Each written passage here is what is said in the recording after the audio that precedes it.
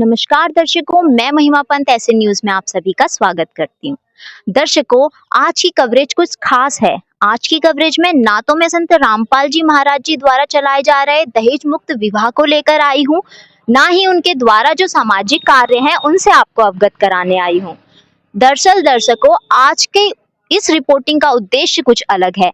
आज हम अपनी इस रिपोर्टिंग के माध्यम से आपके हमारे अन्य रिपोर्टिंगों में किए गए कॉमन बट इम्पोर्टेंट क्वेश्चंस के आंसर लेकर आए हैं। तो चलिए दर्शकों, आपके इस सवाल जवाब की सीरीज को आगे बढ़ाते हैं। दर्शकों, ऐसे न्यूज में अपलोडेड जितनी भी वीडियोस हैं उसमें जो आपके कॉमन बट इम्पोर्टेंट क्वेश्चंस थे, आज हम उन सारे क्वेश्चंस का कलेक्शन लेके आए हैं।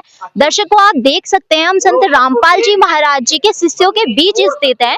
आज हम आपके द्वारा पूछे गए सारे क्वेश्चंस को डिटेल में एनालिसिस करेंगे और आपके डाउट को सॉल्व करेंगे। दर्शकों, अभी हमारे साथ जुड़ चुके हैं संत रामपाल जी महाराज जी के शिष्य। आज हम इनसे जानेंगे आपके द्वारा पूछे गए सारे क्वेश्चंस के आंसर। नमस्कार सर। सर, हमने जितनी भी संत रामपाल जी महाराज जी के ऊपर कवरेज करी है, उन कवरेजों में हमारे दर्शकों के कुछ कॉमन बट इम्पोर्टेंट क्वेश्चंस का कलेक्शन आज हम लेके आए हैं। तो आज हम ये रिक्वेस्ट करते हैं कि आप सभी उन क्वेश्चंस का आंसर हमें दीजिए। हमारा पहला क्वेश्चन है कि संत रामपाल जी महाराज जी इतने टाइम से जेल में हैं, फिर भी उनका आप प्रचार क्यों करते हैं? सत्साई बहन, जैसे कि आपका क्वेश्चन है कि संत रामपाल जी महाराज के द्वारा मतलब जेल में हैं, परंतु ये वो लोग मानते हैं जो अनभिज्ञ हैं, जिनको गुरु जी का ज्ञान वास्तव में पता चल गया है। जब परमात्मा की जो असीम दया पूरे संसार में फैली, आज जैसे अभी बाढ़ जो आई थी बरसात के समय में, पूरा हरियाणा, राजस्थान और हिमाचल बाढ़ से, पंजाब से ग्रस्त था, परंतु संत रामपाल जी महाराज के पास जब वहाँ की जनता 3-3 महीने तक ग्रसित थी और सरकार भी सुनने की क्षमता में नहीं थी, तो संत रामपाल जी महाराज ने वहाँ के सैकड़ों गांवों को जलमग्न से मतलब निजात दिला दिया। आज वहाँ पूरा हरियाणा में वहाँ के मतलब हर समय हर हफ्ते में वहाँ ना कहीं परमात्मा का सम्मान समारोह हो रहा है, तो हम उनको परमात्मा क्यों न माने। जी, आपका कहना भी बिल्कुल सही है, मगर हमारा दूसरा क्वेश्चन ये है कि संत रामपाल जी महाराज जी ब्रह्मा विष्णु महेश की पूजा करने को क्यों मना करते हैं, जबकि ब्रह्मा विष्णु महेश ने ही पूरी सृष्टि की उत्पत्ति करी है, तो वो उनकी पूजा करने को क्यों मना करते हैं? जी, संत रामपाल जी महाराज जी ब्रह्मा विष्णु महेश की भक्ति नहीं छुड़वाते, बल्कि वो तो शास्त्र अनुकूल साधना बताते हैं ब्रह्मा विष्णु महेश जी की। संत रामपाल जी महाराज जी हमें बताते हैं कि तीनों देवा दल कमल बसें, ब्रह्मा विष्णु महेश, प्रथम उनकी वंदना फिर संत सतगुरु उपदेश। जी, तो ये संत रामपाल जी महाराज जी उनकी भक्ति करने मना नहीं करते हैं, बल्कि वो तो शास्त्र अनुकूल साधना बताते हैं। जी, आप क्या कहना चाहेंगे? सर साहब जी, हमारे संत रामपाल जी जो है वो ब्रह्मा विष्णु महेश की पूजा करने को मना नहीं करते हैं। वो ये कहते जिस मेथड से आप पूजा करते हैं उस मेथड को बदल दीजिए। ब्रह्मा विष्णु महेश तीनों देवा हैं, प्रथम इनकी पूजा का जो मंत्र है वो हमारे सदगुरु संत साहब रामपाल जी के द्वारा दिया जा रहा है। वो जो प्रथम मंत्र देते हैं उनमें इन्हीं देवताओं की पूजा के लिए कहते हैं। लेकिन आज जो समाज ऐसे भ्रम में फंसा हुआ है कि वो मूर्ति पूजा और उस चक्कर में फंसा है, जो कि हमारे सदगुरु महाराज ये कहते हैं कि आप भक्ति का जो आपका मेथड है उसको चेंज करके आप ब्रह्मा विष्णु महेश की सही भक्ति कीजिए, जो शास्त्रों में वर्णित है, जिसके मंत्र हमारे सदगुरु रामपाल जी महाराज द्वारा दिए जाते हैं, और उन्हीं मंत्रों के द्वारा मुक्ति होगी। अगर आप इन मंत्रों को नहीं लेंगे तो परमात्मा का ये कहना है कि जीव इस दुनिया से मुक्ति नहीं प्राप्त कर सकता। जी, हमारा नेक्स्ट क्वेश्चन ये है कि संत रामपाल जी महाराज जी को आप लोग भगवान क्यों बोलते हैं? वो तो आम संत हैं, उन्हें संत के तौर पे देखा जाना सही है, बट उन्हें भगवान क्यों बोला जाता है? जैसे मेरे भाई बंधु ने कहा कि भगवान क्यों मानते हैं, भगवान हम लोग इसलिए मानते हैं ताकि जो जितने भी, जैसे राजस्थान हो गया, पंजाब हो गया, या अपना ये हरियाणा हो गया, इसमें बाढ़ पीड़ित लोगों की काफ़ी सहायता की। जैसे काफ़ी मोटरें दी, काफ़ी मतलब पाइपें प्रदान करवाया, जिससे हमारे जो जल प्रभाव को बाहर निकाल सके। इसलिए हम लोग परमात्मा को भगवान मानते हैं, बंदी छोड़ सतगुरु रामपाल जी को। जी, आपका कहना भी बिल्कुल ठीक है, बट हमारा नेक्स्ट क्वेश्चन ये है कि संत रामपाल जी महाराज जी देवी देवताओं की भक्ति करने को क्यों मना करते हैं? वो तो मंदिर जाने को भी मना करते हैं और मूर्ति पूजा करने को भी मना करते हैं। तो ये किस प्रकार की भक्ति हुई जिसमें ना तो हमें मंदिर में जाया जा रहा है, ना हम किसी देवी की पूजा कर सकते हैं, ना देवताओं की पूजा कर सकते हैं? देखिए हाँ मैडम, मैं आपका क्वेश्चन है, जैसा हमारे संसार में चल रहे हैं देवी देवताओं की 33 करोड़ देवी देवताओं की पूजाएं चलती हैं, जो पूजा इसमें भ्रांतियां फैली हुई हैं समाज के अंदर। जो शास्त्र विधि को त्याग कर मनमाना आचरण करता है, ना तो उसकी मुक्ति होती है, ना ही उसकी भक्ति सफल होती है। हमारे ये सारे जो भी देवी देवता हैं, ये हमको कैसे फल देंगे? और हमारे संत रामपाल जी महाराज गुरु जी बताते हैं, एक है साधे सब सदे, सब साधे एक हो जाए। यदि हम सबकी साधना करके, हमारा जो मनुष्य जीवन है मेरे हिसाब से लगभग आज के जीवन में 70 वर्ष की आयु है, जिसमें 25,000 दिन की जिंदगी है, और 33 करोड़ देवी देवता हैं, कैसे आप पूजा कर सकते हैं उनकी? और वो प्रक्रिया संत रामपाल जी महाराज बताते हैं कि जो पूजा मूल है, अगर हम मूल को पूजा करते हैं तो इन सारे देवी देवताओं की पूजा स्वतः ही होती है। और ये जो देवी देवता हैं, ये शास्त्रों के अनुसार जब हम पूजा करते हैं तो ये स्वतः ही उस व्यक्ति का फल देते हैं। आर्थिक आर्थिक भी उसको उन्नति मिलती है, धार्मिक उन्नति मिलती है, शारीरिक अगर कोई विकार पैदा होता है, जैसे नाना प्रकार की बीमारियां होती हैं, उन बीमारियों से भी मुक्ति केवल वही मूल मंत्र बताता है, वही मूल मंत्र कर सकता है जो संत रामपाल जी महाराज, जो तत्वदर्शी संत रामपाल जी महाराज हैं, वही बताते हैं शास्त्रों के अनुसार। इसलिए हम संत रामपाल जी महाराज को भगवान मानते हैं। और संत रामपाल जी महाराज ये भी बताते हैं कि हम 33 करोड़ देवी देवताओं की पूजा हम नहीं कर सकते, किस तरीके से करनी उसकी विधि के अनुसार बताते हैं वो। इसलिए हम संत रामपाल जी महाराज को भगवान मानते हैं। उन्होंने बताया है कि जो हमारे श्रीमद् भगवत गीता में लिखा है, उल्टा वृक्ष जो लटका हुआ है, उसमें बताया है कि जो तत्वदर्शी संत होगा, जिसके बारे में अर्जुन जी को श्री कृष्ण जी बता रहे हैं कि हे अर्जुन, यदि तू उस परम शास्त्र संत को प्राप्त करना चाहता है, उस स्थान को जाना चाहता है जहां से जाने के बाद मनुष्य को जीवन मरण का रोग खत्म हो जाता है, तो उस तत्वदर्शी संत की तलाश कर और उसको साष्टांग दंडवत प्रणाम कर। छल कपट, यानी छल कपट का मतलब ये बताया है कि जो पिछली भक्ति है तेरी, उसको सब छोड़ दे। उसको छोड़ने के बाद उसको साष्टांग दंडवत प्रणाम कर। वो तत्व ज्ञान के बारे में बताएंगे, जहां पर तुझे सवेद वो ज्ञान बताया जाएगा, जहां उस भक्ति को करने के बाद तेरा आवागमन मुक्त हो जाएगा। और इस सृष्टि में आपने जैसे क्वेश्चन करा कि संत रामपाल जी महाराज अपने आप को भगवान बताते हैं या उनके अनुयायी उनको भगवान बताते हैं। देखिए मैडम, उसमें यह बताया गया है कि जो हमारे 4 वेद 6 शास्त्र 18 पुराणों के अंतर्गत ज्ञान देगा वही तत्वदर्शी संत है। जैसे हमारे मैथमेटिक्स में बताया गया है कि एक क्वेश्चन होता है मैथमेटिक्स का, उसमें माना जाता है कि इसका मूलधन ये है।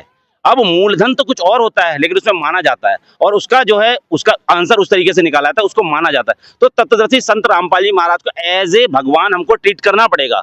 जब हम यहाँ सर इस शरीर को, नाशवान शरीर को छोड़कर जाएंगे, तो वहां पर वही हमको परमात्मा स्वरूप में संत रामपाल जी ही मिलेंगे, और वहां से हमको उस मुक्ति धाम तक ले जाने का कार्य करेंगे। तो हमको क्या है, यहाँ पर ये प्रेरणा दी जाती है, ये ट्रेनिंग दी जाती है कि माना जाएगा मूलधन कुछ और है, लेकिन वहां सर उस रास्ते का पता चलता है। इसलिए हम संत रामपाल जी को, जितने भी अनुयायी हैं, वो संत रामपाल जी को एज ए टिट यानी भगवान मानते हैं।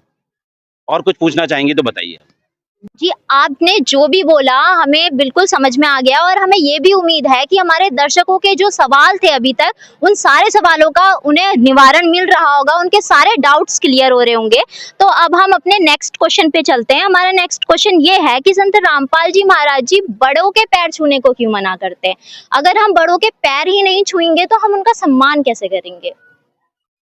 संत रामपाल जी महाराज जो है यानी कि बड़ों के पैर छूने के लिए इसलिए मना करते हैं कि हम लोग जो है अगर पैर छूने से जो हमारी भक्ति जो है, अगर हम किसी के बड़े के पैर छुएंगे, वो हमें आशीर्वाद देगा, तो हम उनकी जो है भक्ति जो है उस पे भक्ति डिवाइड होगी यानी कटेगी। तो इसी तरीका से मना नहीं करते हैं। वो कहते हैं कि भैया आपने अपने अगर पुण्य देने हैं उस जगत वालों को या किसी को भी अगर पुण्य दोगे, तो अगर चरण छुओगे तो आशीर्वाद देना पड़ेगा। जब आशीर्वाद दोगे तो आपके जो है जो पुण्य कर्म जो है उसके ऊपर ट्रांसफर हो जाएंगे, चले जाएंगे। इसीलिए मना नहीं करते हैं। वो बताते हैं कि इस तरीका से आप करोगे तो आपका नुकसान है। आप और क्या कहना चाहेंगे इस विषय में? हमारे सदगुरु रामपाल जी महाराज जी ने हमें बताया है कि हमें बड़ों को पैर इसलिए नहीं छूना चाहिए, मान लो कि हम जैसे सद्भक्ति कर रहे हैं, जैसे सद्भक्ति कमाई से जो हम जो कमाई अर्जित करते हैं, वो एक्चुअल में जो हम आशीर्वाद उनसे लेते हैं, हमारी भक्ति क्षीण हो जाती है। जैसे मान लो कि हम एक टायर पर हवा भरा हुआ है और दूसरे टायर पर हवा भरा नहीं है, तो हम दूसरे टायर से निकाल के दूसरे टायर में भर दें, तो हमारी भक्ति तो क्षीण हो जाती है, पर दूसरे को वो मिल जाती है। तो इसलिए हमें वो कष्टदायक महसूस होता है। इसलिए हम लोग दूसरों का आशीर्वाद ना लेकर हम उसे बिल्कुल गले लगा सकते हैं। हमारे सद्गुरु रामपाल जी महाराज ने इस तरीके से हमें बताया है। जी, आपने बिल्कुल सही बोला, जो आप बोल रहे हैं वो भी सही है। अब हमारे दर्शकों का नेक्स्ट क्वेश्चन ये है कि क्या यही भक्ति जो संत रामपाल जी महाराज जी बता रहे हैं वो सत्य है? क्योंकि और धर्म गुरु भी और मंत्रों का जाप देते हैं, तो संत रामपाल जी महाराज जी जो जाप दे रहे हैं वो सही होके और मंत्रों के जाप कैसे गलत हो सकते हैं? जी बताइए।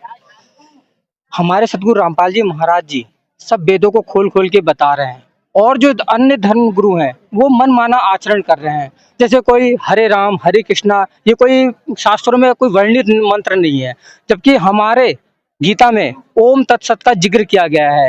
ये उस परम शक्ति का मतलब, उस परमात्मा का मतलब के मंत्र है, जो इसे नाम जप कर हम सतलोक धाम जा सकते हैं। जी, और कोई कुछ कहना चाहता है इस विषय में? जो मंत्रों के विषय में जो संत रामपाल जी महाराज हमारे गुरु जी जो नाम दीक्षा जो देते हैं, वो वेद शास्त्र के हिसाब से नाम दीक्षा देते हैं। उसमें गीता में भी प्रमाण है और गुरु ग्रंथ साहिब महाराज में भी प्रमाण है। गुरु ग्रंथ साहिब महाराज में प्रमाण है कि त्रिविधि कर्म कमावे ताण जैसा हो, यानी कि 3 प्रकार से कर्म कमाना पड़ेगा सचखंड जाने के लिए। और गीता जो बता रही कि ओम तत्सत त्रिविध है, गीता बता रही है और गुरु ग्रंथ साहिब महाराज बता रहे हैं। तो हमारे गुरु जी है संत रामपाल जी महाराज वेद शास्त्र के हिसाब से बताते हैं कि ये जो है, जो हमारे धार्मिक ग्रंथ जो बता रहे हैं, तो वो धार्मिक ग्रंथों के हिसाब से भक्तों को नाम दीक्षा देते हैं। इसीलिए सभी भक्तात्माओं को, पुण्यात्माओं को, उनको फल की प्राप्ति होती है। वेद शास्त्र के हिसाब से जो भक्ति करते हैं सभी भक्तात्माएं, उनके शिष्य जो हैं, तो तब उन्हें जो है मतलब जो है पुण्य कमाते हैं और सबको लाभ होते हैं, लाभ मिलते हैं। तभी उनकी शरण में सारी संगत जुड़ी हुई है और इसी तरीके से उन्हें भगवान मानती है, क्योंकि जो वेद शास्त्र के हिसाब से उन्होंने जो भक्ति सभी भक्तात्माओं को बता रखा है, तो उसके हिसाब से उन्होंने जो ज्ञान दिया है, तो सबको जो है फल की प्राप्ति हो रही है, सबको फल की प्राप्ति हो रही है। और इसीलिए फल की प्राप्ति हो रही है, कोई भी ऐसा शिष्य नहीं है जो उनकी मर्यादा में चलेगा और उसको कहना पुण्य की प्राप्ति ना हो, फल की प्राप्ति ना हो। इसीलिए उनको भगवान भी मानते हैं। जी, आपका कहना भी बिल्कुल सही है। जैसे आप भगवान की परिभाषा दे रहे हैं, जैसे आप वेदों का हवाला दे रहे हैं, जो संत रामपाल जी महाराज जी ने आपको ज्ञान बताया, उस ज्ञान के आधार पे आप बता रहे हैं, आपका कहना भी बिल्कुल ठीक है। हम उम्मीद करते हैं कि हमारे दर्शकों का ये वाला सवाल भी बिल्कुल क्लियर हो चुका होगा। अब हमारा नेक्स्ट सवाल और सबसे इम्पोर्टेंट सवाल जो हमारे दर्शकों ने बहुत बार हमारे कॉमेंट में पूछा हुआ है, वो ये है कि आप कैसे कह सकते हैं कि वही कबीर जो जुलाहा थे वही कबीर पूर्ण परमात्मा है? क्या कहीं इस चीज का उल्लेख है या कहीं पे इस चीज के बारे में लिखा हुआ है जो आप इतना बड़ा दावा कर रहे हैं? हाँ जी, हमारा सबसे जो मूल है वो है हमारे धर्म ग्रंथ, हमारी हॉली बुक्स। हॉली बुक्सों में हम अगर जाते हैं तो हमें प्रमाण मिलता है कि कबीर साहिब ही भगवान है। इसका एग्जाम्पल ये है कि जब हमारे आदरणीय नानक साहब जी जब तलवंडी भाई में वहाँ काम करते थे मोदी खाने में, तो वहाँ से उनको कबीर परमेश्वर बेई नदी पर मिले थे और वहाँ से उनको वो ज्ञान बताया था। पहले हमारे जो नानक साहब जी थे वो रामकृष्ण जी की पूजा किया करते थे, उनके पिताजी कालूराम मेहता जी थे, वहाँ पर जो उनकी पूजा होती थी वो रामकृष्ण जी की पूजा होती थी। फिर उनकी कबीर साहब से ज्ञान गोष्ठी हुई, ज्ञान गोष्ठी होने के बाद जब पहली उदासी उनकी चली है तो वो वहाँ पहुँचे हैं काशी में जो जुलाहा की भूमिका कबीर परमेश्वर कर रहे थे, तो उन्होंने लोगों को समझाने की कोशिश की है। और वहाँ पर हमारे आदरणीय नानक साहब जी ने बताया है कि फाई सूरत मलूकी वेश, ये ठगवाड़ा ठगी देश, खरा स्याणा बहुता पार, ये तानक रूप रहा करतार। तो उन्होंने इंडिकेट किया है कि ये धानक रूप जो सरदारों में भाषा बोली जाती, धानक एक जुलाहे को कहा जाता है, वह उन्होंने बताया, इंडिकेट करा है कि यही कबीर परमेश्वर है जो वहाँ सतलोक में रहता था, जो सतलोक में मिला है मुझे, और उन्होंने इंडिकेट किया है। इसका प्रमाण हमारी पवित्र कुरान शरीफ आयत 25 में भी लिखा है। उसका नाम बड़ा का मतलब होता है बड़े भगवान से। और उसमें जहाँ पर व्यक्तिगत वहाँ पर टिप्पणी करी गई है, वहाँ पे उन्होंने ये ना लोगों को ये ना पता चले कि वो कबीर है करके, तो उन्होंने वहाँ पर डिग्नेशन कराया खबीरा का। तो खबीरा का मतलब भी कबीर ही है। और हमारे जो ग्रंथ हैं उनमें भी कबीर देव और कबीर का जिक्र आता है, चाहे हमारे यजुर्वेद हो, अथर्ववेद हो, श्यामवेद हो, यजुर्वेद हो, उनके अंदर सबके अंदर कवि का रूप दिया गया है। कवि माने होता है कबीर देव। और हमारे जो शास्त्र हैं उनके अंदर भी कबीर देव का प्रमाण दिया जाता है। इसलिए हम कबीर साहब को ही भगवान मानते हैं। और हमारे गुरुदेव स्वयं कबीर साहब की महिमा के बारे में बताते हैं। इसी के बारे में जिक्र हमारा आता है। हमारे गरीबदास जी जो संत हुए, छुड़ानी गांव में हुए थे, उन्होंने भी कबीर साहब की महिमा के बारे में बताया है। और जितने भी हमारे आदरणीय संत हुए हैं वो सारा ही कबीर साहब के बारे में प्रमाण बताते हैं। इसलिए हम उनको ही भगवान मानते हैं। सत साहिब जी। जी, आपने बिल्कुल ऑथेंटिसिटी के साथ बिल्कुल वेदों को, पुराणों को, सबको खंगाल के हमें ये बता दिया कि कबीर परमात्मा को भगवान क्यों बोला जाता है।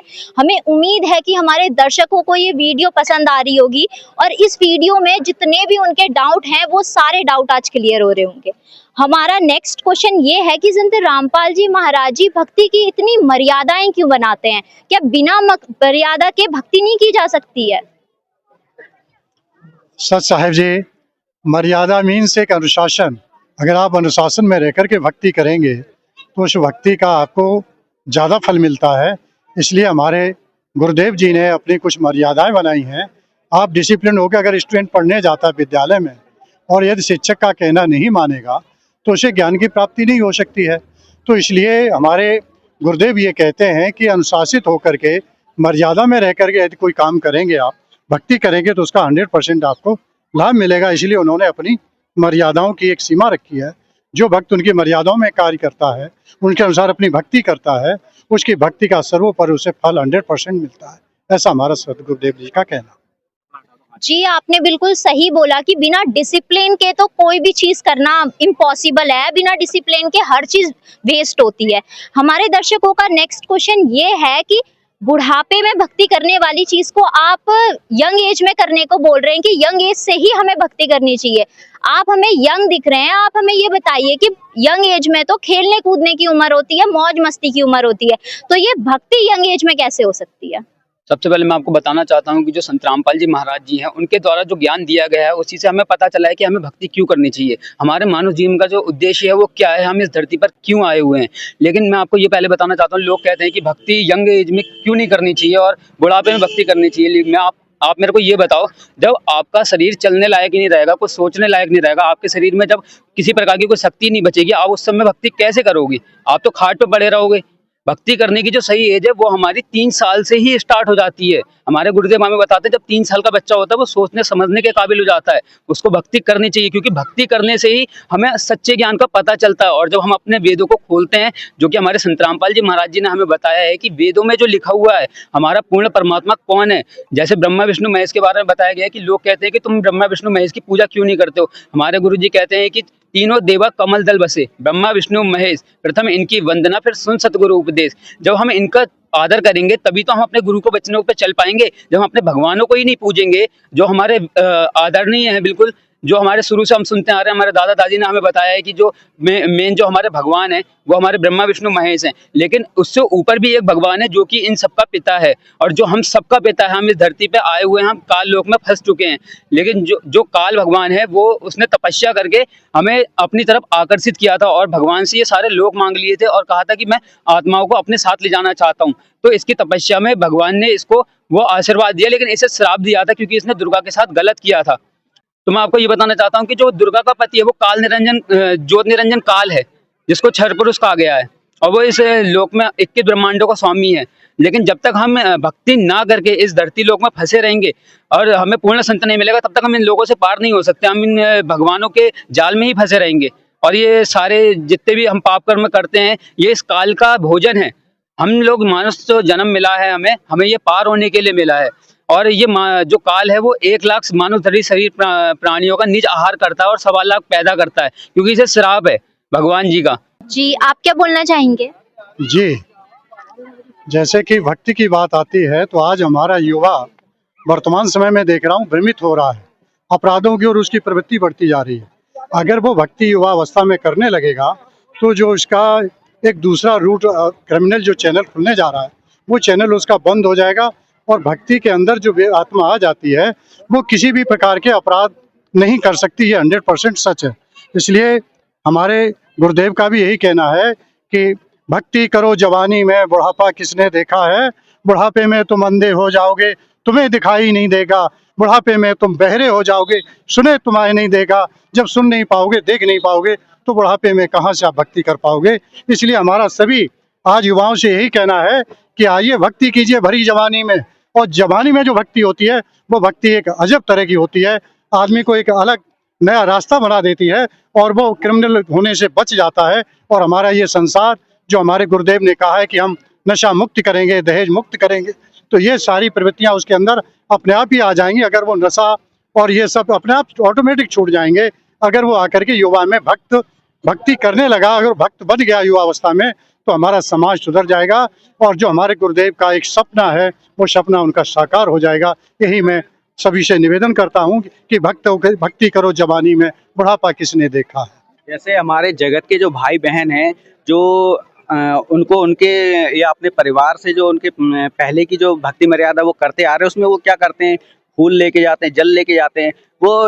वो भी अगर इस बात को सोचें तो वो क्या वो बासी फूल या बासी फल या कोई पुराने तालाब का पानी लेके जाते हैं? नहीं, स्वच्छ चीज, मतलब एक ताजा फल, एक ताजा फूल, और उसको भी धो मांज के लेके जाते हैं। तो जब ये हमारा शरीर, जब हम पैदा हुए, बड़े हुए, तो परमात्मा ने हमें शरीर दिया स्वच्छ है, इसमें कोई विकृति नहीं है। तो उस हिसाब से हम उसको गंदा करके क्यों परमात्मा के चरण? गंदा करने का मतलब मेरा ये है कि जब हम ये अभी हमारे भगत भाई ने बताया कि बूढ़ा हो जाना, दिखाई नहीं देगा, जब हम चल फिर नहीं पाएंगे तो क्या हम उसके द्वार तक जा पाएंगे? जब हमें इतनी सरल भक्ति मिल रही है जो हम कहीं पे भी बैठ के कर सकते हैं, तो उस हिसाब से हम इस भक्ति को क्यों ना स्वीकार करें। देखिए, हमारे जो समाज के अंदर सबसे बड़ी विकृति है कि वो सुनना नहीं चाहता है। हमारे वेद पुराण जो बताते हैं उसमें कोई सुनना नहीं चाहता। देखिए, ध्रुव प्रहलाद, उन्होंने बचपन में भक्ति करी और वो पार हुए। माता सीता ने 9 वर्ष की आयु में अपना गुरुधारण कर लिया था। स्वयं रामचंद्र जी, उन्होंने 5 वर्ष की आयु में अपने गुरुधारण कर लिए थे। श्री कृष्ण जी ने बचपने में ही अपने गुरुधारण कर लिए थे। हैं, तो इस तरीके से देखा जाए तो हमारे जो यहाँ जो पैदा हुए हैं, हमारे धरती पर अवतार पैदा हुए, महापुरुष पैदा हुए, उन्होंने हमेशा ये देखा है कि अपनी गुरु मर्यादा में रहा है। राजा जनक के यहाँ जितनी भी संतानें उन्होंने बचपन में ही गुरु धारण कर लिया था। उनके धार्मिक गुरु अलग थे और उनके परमार्थिक गुरु अलग थे। तो उसी प्रकार से संत रामपाल जी महाराज ज्ञान बताते हैं और वो बताते हैं कि 3 वर्ष के बालक को गुरु धारण कर लेना चाहिए, क्योंकि उसका परमार्थिक गुरु से ही उसका उद्धार होगा।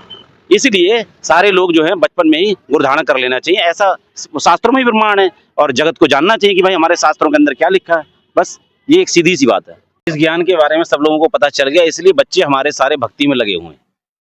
जैसे परमात्मा की वाणी आती है, हाँ, हमारे होली बुक सैन, घट घट बैठा साईं सुनी सेजना कोई बलिहारी वा घट में जा घट प्रकट होए। तो वो घट में प्रकट करवाने वाला तत्वदर्शी संत रामपाल जी महाराज हैं, जो इस टाइम धरा पर आए हुए और उन्होंने लोगों का इस तरीके से उत्थान करने की प्रयास किया है और बहुत ही अच्छा कार्य कर रहे हैं। सत साहिब जी, धन्यवाद सर।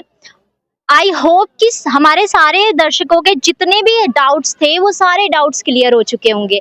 आप हमें कमेंट बॉक्स में लिख के ज़रूर बताइएगा कि हमारी ये जो न्यू सीरीज़ है ये आपको कैसी लगी, और अगर आपके कोई और भी डाउट होंगे तो वो ज़रूर हमारे कमेंट बॉक्स में लिख के बताइएगा। हम उन सारे डाउटों का सॉल्यूशन लेके आपको नेक्स्ट वीडियो में मिलेंगे। धन्यवाद।